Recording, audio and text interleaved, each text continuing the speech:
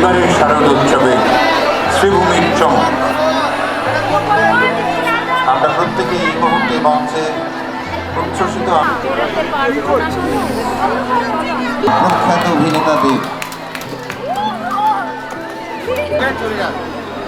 সব সময় বেশিক্ষণ আটকাবো না, দু চার কথা। 20 ভাগ কিন্তু মাটি যাচ্ছিল। আমার জীবনে সুযোগ হয়েছিল 3টে শট মনে আসছে। পুজো দেখে রোলান্ড নিয়ে এখান থেকে তোমার গান করবো, এটা তো আমার কাছে আনন্দের ফল।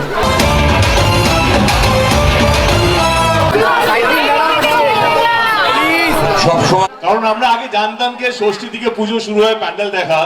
আমার সঙ্গে আস্তে আস্তে আমাদের সেক্রেটারি শান্তন বলছিল কি দাদা এবার থেকে সামনের বছর আমরা পুজো অব্দি না ওয়েট করে মহালয়ায় সিনেমা রিলিজ করে দিই, কারণ এখন মহালয়ায় এই ভিড়, মানে অর্ধেক কলকাতা আজকে শুধু জ্যাম আছে এই শ্রীভূমির জন্য, সুজিতদার জন্য।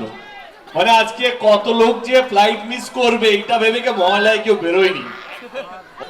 But anyway Bagha Jatin, okay Bagha Jatin release হচ্ছে সামনের সপ্তাহে। আমি আশ্চর্য হইনি এই প্যান্ডেলে এসে, কারণ আমি সবসময় জানতাম সুজিতদা যে কোনো কাজ মন দিয়ে করে, কিন্তু এই প্যান্ডেলটা আমার মনে হয় শ্রেষ্ঠ প্যান্ডেল। আমি না দেখেই সবটা বলতে পারি, কারণ এত সুন্দর, এত যত্ন নিয়ে যে অপূর্ব লাগছে।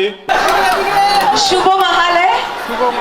আর আমি তো এখানে এসে খুব খুব খুব খুব খুব খুশি। अगर खुश है तो ताली बजाइए ना, और जोर से। दर्शन देना है कि नहीं आपको? এবার শ্রীভূমিতে ডিজনি খুব খুব খুব সুন্দর। অনেক অভিনন্দন।